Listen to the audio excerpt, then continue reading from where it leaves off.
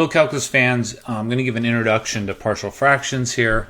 Partial fractions is a method for dealing with rational functions. So if you want a little bit of the history of math, we started with lines, parabolas, and then we work our way towards polynomials. Polynomial is something with powers of x.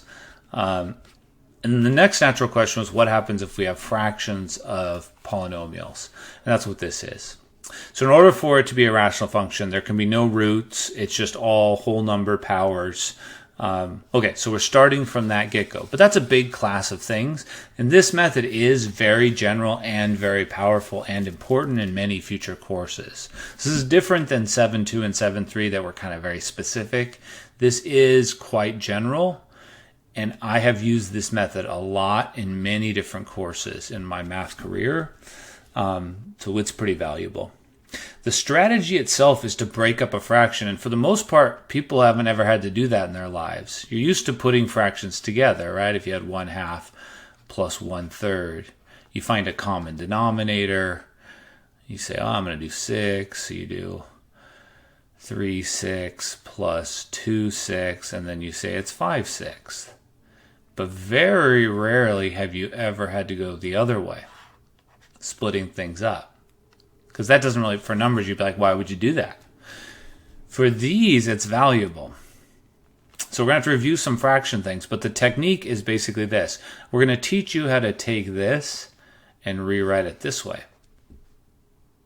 But it's going to involve having to find the appropriate numbers here. In this case, it's 1, -1, and 1.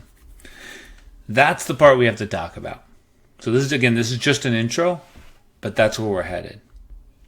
If we can do that, then the problem becomes fairly straightforward because this is the log of x. This one we can integrate because it's -x to the -2. And so it becomes x to the -1 with a plus.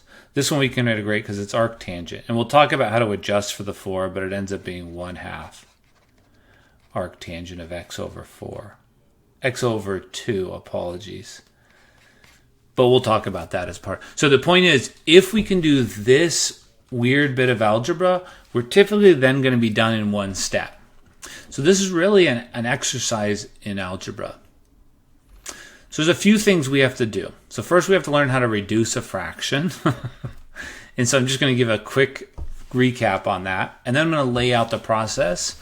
And then really in the next lecture, we'll do this in more detail. So I have to remind you of how to divide.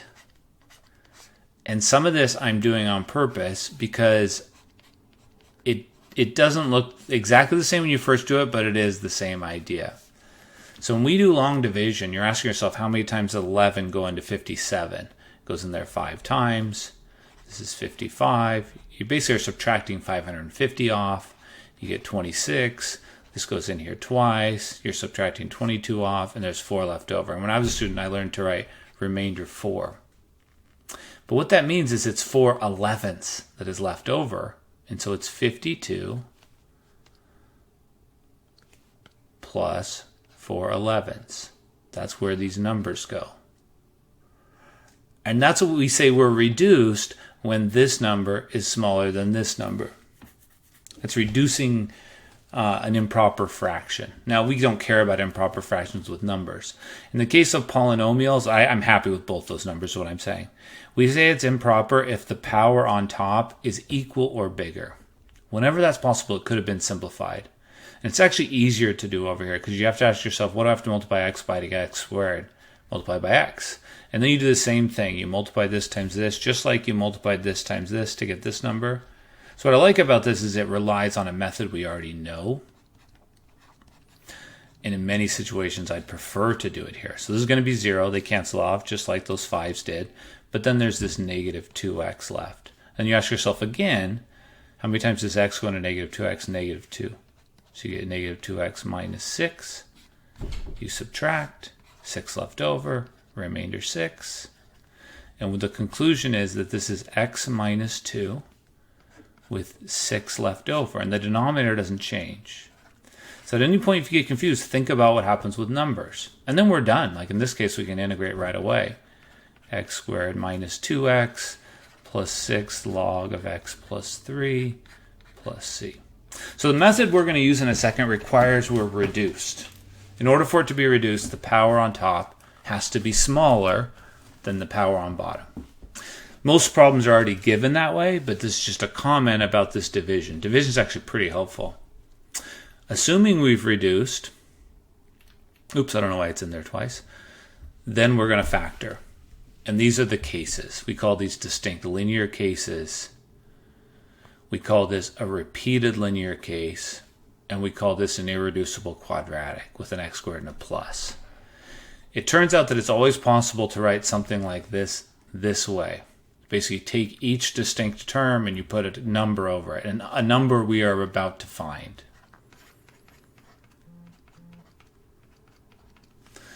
It turns out if there's a repeated term, then you have to repeat it up to the number, all the way up to that power 3. So you do 1, 2. This one's the weirdest that people ask the most questions about.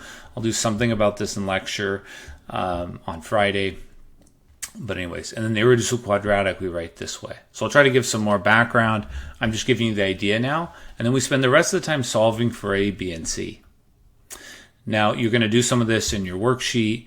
We're going to talk about this in class. So this is to come. I'm just giving a preview, and then you integrate. At the end, your integrals are going to look like these. These are just examples. But the integrals typically are never more complicated than these. It's about as bad as it gets. And those we'll be able to do in one step.